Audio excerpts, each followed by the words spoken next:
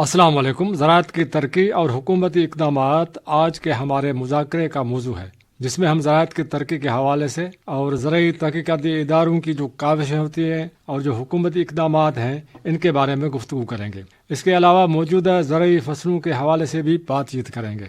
ہمارے آج کے شرکا ہیں ڈاکٹر اسلام الدین مجیدانو صاحب۔ آپ زرعی تحقیق کے حوالے سے فصلوں سے زیادہ پیداوار حاصل کرنے کی ٹیکنالوجی میں دسترس رکھتے ہیں۔ اس کے علاوہ ہمارے ساتھ ہیں محمد قاسم میمن۔ آپ زرعی ماہر ہیں اور انسیکٹ کنٹرول کے ماہر ہیں۔ اس ہمارے آج کے مذاکرے کا پروڈیوسر ہے خالد حسین۔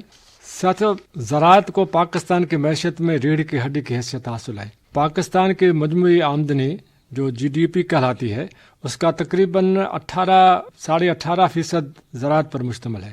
64% دیہی آبادی جو ہے اس کی روٹی روزی زراعت سے منسلک ہے۔ پاکستان دنیا کے ان 11 بڑے ممالک میں سے ایک ہے جس کے پاس وسیع اور زرخیز زرعی زمین موجود ہے۔ دنیا کا سب سے بڑا نہری نظام جو ہے وہ پاکستان میں موجود ہے، اور پاکستان جو ہے وہ 88 ملین ٹن گنے کی پیداوار کے ساتھ دنیا میں بھی 5ویں نمبر پر ہے۔ 26 ملین ٹن پیداوار کے ساتھ گندم میں 8ویں نمبر پر ہے۔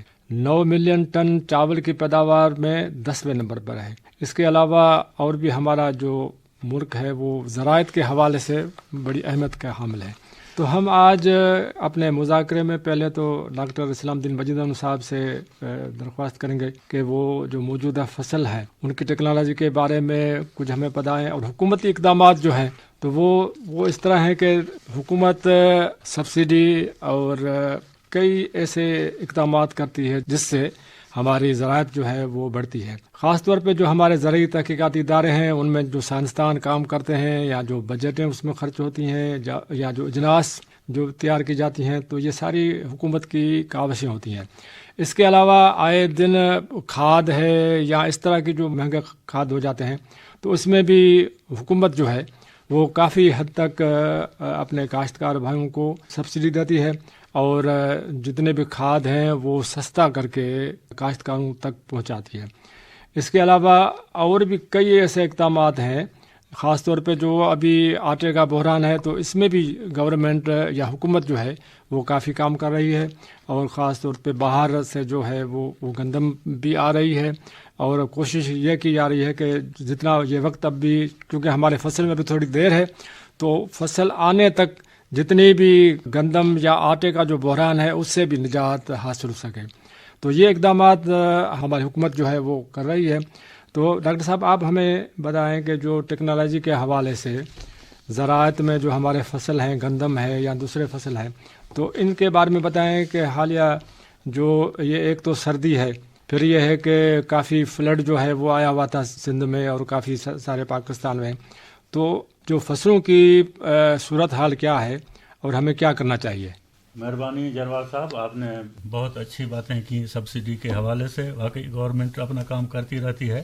اب جو ہے غور کریں گے سندھ کے اندر جو صورتحال ہے، گندم جو ہے سٹے پر آ گئی ہے، کچھ گندم جو ہے سٹے میں سے نکل رہی ہے، اور یہ کرٹیکل اسٹیج ہے گندم کا۔ اس وقت اگر اس کے اوپر دھیان نہ دیا گیا تو گندم کی جو پیداوار ہے وہ کم ہو سکتی ہے۔ پہلے نمبر پر جو ہے وہ پانی کی، وہ گندم جہاں اب وہ دانہ بن رہا ہے تو وہاں پانی کی ضرورت اس کو ہوتی ہے۔ اس وقت اگر پانی نہ دیا گیا تو دانہ اپنا وزن کم کر جائے گا۔ اور اس کے علاوہ اب جو سردی کی جو لہر چلی ہے، یہ سردی کی لہر گندم کے لیے تو اچھی ہے اور گندم کو اس کا فائدہ ہوگا، اور یہ بھی جو بتایا جا رہا ہے محکمہ موسمیات سے کہ آئندہ دنوں میں سندھ کے اندر برسات کا امکان ہے۔ اگر برسات ہوتی ہے تو ہماری جو پچھیتی گندم لگی ہوئی ہے اور جہاں پانی کی بھی کمی ہے تو وہ گندم اچھی ہوگی، اور سندھ میں پیداوار بڑھنے کے بہت زیادہ امکان ہیں۔ اس کے علاوہ جو ہمارے آئل سیڈ ہیں جس میں سرسوں ہے، سرسوں کا وہ کراپ جو اب پھول کی کنڈیشن میں ہے تو اس کو پانی کی ضرورت ہے، اور گروورز کو ہم کہیں گے تو اس کو کوشش کر کے ضروری پانی دیں۔ اس کے علاوہ ہمارے جو بدین، ٹھٹرا اور جو لوور سندھ کے اضلاع ہیں وہاں جو ہے سیف فلاور اور سورج مکھی والے کراپ ہیں، اور کچھ سبزیاں ہیں، کچھ باغات ہیں، تو ان کو سردی کا بہت خراب اثر ہو سکتا ہے۔ تو اگر سردی کی لہر کچھ ایک تو گزر گئی ہے اور اس نے کچھ نقصانات بھی دیکھے گئے ہیں، جیسے کیلے کے فصل کو بہت نقصان ہوا ہے اور آگے بھی سردی آئے گی، تو مہربانی کر کے سردی والی راتوں میں جس رات کورا پڑے اس رات کو جو ہے اپنے جتنے بھی آپ کے جو کراپس ہیں ان کو آپ پانی ضرور دیں.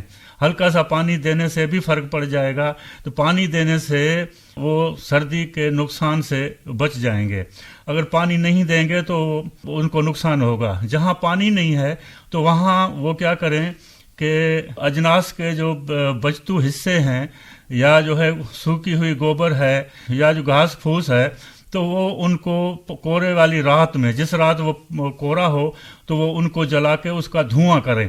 اس دھوئیں کرنے سے بھی اوپر سے دھواں چھٹ جائے گا، تو اس سے بھی آپ کے جو فصلات ہیں وہ بچ جائیں گے. خاص طور پر بدین کا جو علاقہ ہے وہاں ٹماٹر کو اور اس کے علاوہ بیل والی سبزیاں ہیں اور کیلا ہے اور جو باغات ہیں تو ان کو نقصان پہنچ سکتا ہے.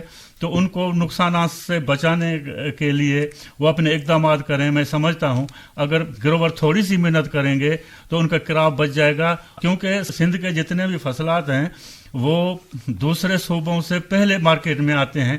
تو یہ بہت ضرورت ہے کہ ہم ان پر دھیان دیں، کیونکہ سندھ میں جو گندم ابھی ہے وہ انشاءاللہ فیبروری کے آخری ہفتے میں یا مارچ کے پہلے ہفتے میں مارکیٹ میں آنا شروع ہو جاتی ہے. تو اس وقت جو آٹے کا بحران ہے اور دوسری چیزیں ہیں تو انشاءاللہ تھوڑے ہی عرصے میں سندھ کی گندم جو ہے مارکیٹ میں آ جائیں گی، تو یہ آٹے والا بحران بھی ختم ہو جائے گا. مہربانی ڈاکٹر اسلام الدین صاحب، آپ نے بڑی اچھی بات کہی کہ جو سندھ کا جو گندم ہے وہ آنے والا ہے فیبروری تک، جو ہے فیبروری کے آخر تک یا فیبروری کے بیچ تک وہ گندم آ جائے گا، اور مارچ تک تو ویسے بھی آ جاتا ہے.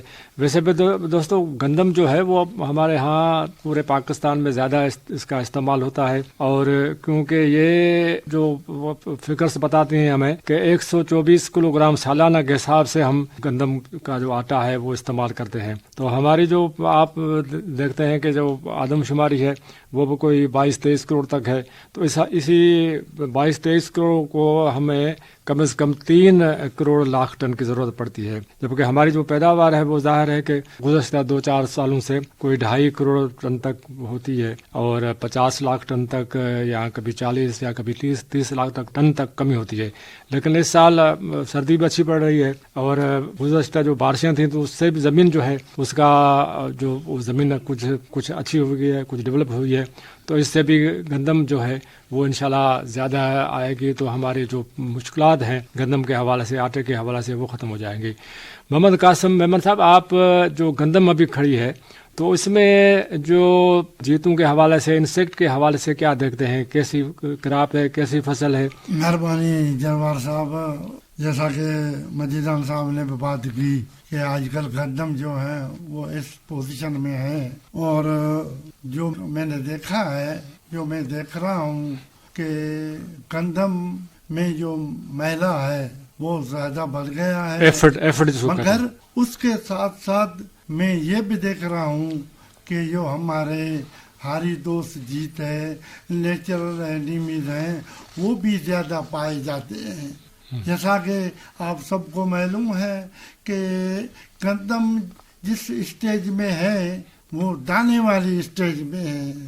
ہمیں کوشش کرنی چاہیے کہ اس اسٹیج پہ زہر پاشی سے اوائڈ کریں، زہر پاشی بالکل نہ کریں، اور ہماری گندم میں جو ہاری دوست جیت ہیں، جیسا کہ 7 اسپاٹڈ بیٹل، 7 طبقے والی برومر، سرفر فلائی وغیرہ جو بھی ہیں، میں ان کی موجودگی میں ہمیں ضرورت ہی نہیں ہے کہ ہم اس کنکی پہ، اس گندم میں اسپرے کریں، فوہارا کریں، کیونکہ یہ زہر جو ہے وہ 1 مہینے کے اندر یہ کنکی مارکیٹ میں آ جائے گی، اور یہ زہر جب ہم اپنے بچوں، ہمارا نسل کھائے گا تو اس میں بیماریاں وغیرہ پیدا ہوگی. اس میں بہت زیادہ جو آج کل نئی بیماریاں ہو رہی ہیں، ان کی وجہ اصل یہ ہے کہ ہم نے زہر کو اپنا امپارٹنٹ جز سمجھ لیا ہے.